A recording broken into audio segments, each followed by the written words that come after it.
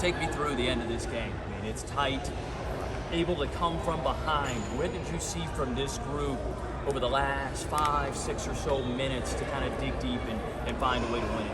I saw mental toughness. I saw a group of guys that were connected, that understood, they had a certain level of focus. They understood the task at hand. You know, things got hard, we knew we were on the road, but they fought through adversity. And I'm just so proud of our young men and the fight they had, especially going to the free throw line, you're on the road, and you know how it is. Some games we're hit and miss when it comes to free throws, and those guys, man, they were locked in. And so, like I said, our staff did a great job, especially down the stretch, of helping me out. I was getting kind of emotional over there, kind of antsy. But, man, like I said, it was a program win, and we're not done yet. Do you know your team made 10 consecutive free throws in the game? Wow. 10 consecutive free throws. I did not know that. 10 straight. I'm glad I said mental toughness. That's truly mental toughness. Incredible. I understand the defensive thought, right? You're pulling everybody out.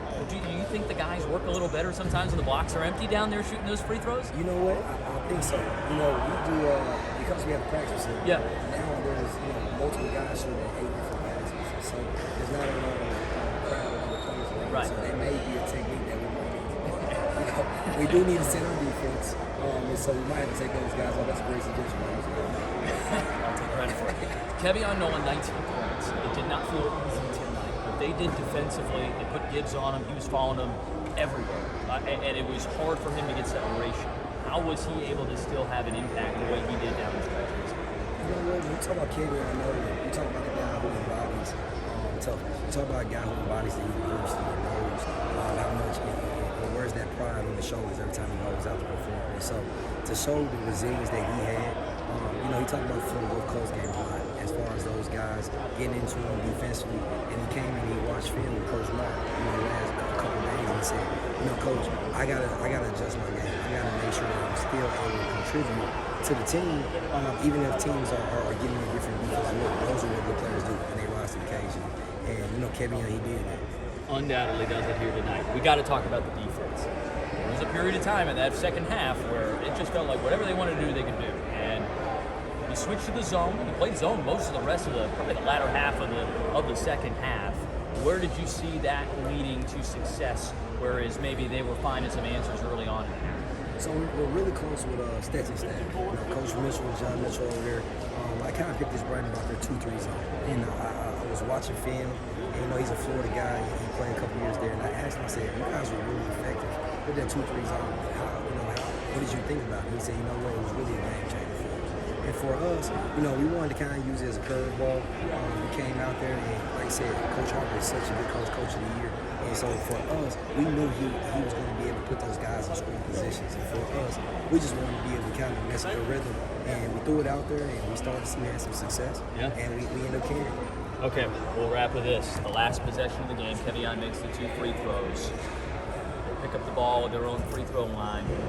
Obviously, the plan was not to foul in that situation. You just figure if we play straight up D, they're not going to get the look that they want, and it certainly seemed like it played out that way. As Finch, I don't know if he lost track of the time or what, but was it a handoff they were trying to do, dribble handoff there to get a guy a shot? So we know watching film, you know, Coach Vince Martin, he's over our special teams, as what it's called.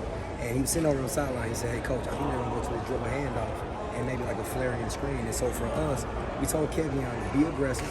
We knew that we were up 3. We didn't want to necessarily give up a 3, but we knew we were aggressive. Then, you know, the refs may call foul, they may not. And if they did, hopefully it'd be 1-on-1 or 2 free throws, and we have a chance to, you know, rebound and try to get a stop. And so for us, it fell in our favor. Giassi Powell, he's over there, he's cold, he runs through a play, and I mean, that young guy's out there, he's locked in. He hadn't been in the entire game, and he's just right on, you know, right on Gibbs, I believe, 22 Gibbs, or whoever it may be, King maybe coming off the handoff. So our guys were just locked in, and they were locked in.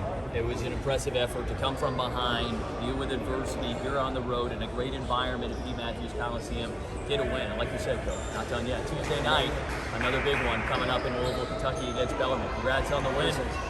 All right, he is head coach Jordan Mincy joining us here in the postgame show. Jacksonville wins it 54-51 over Jacksonville State on the road here tonight.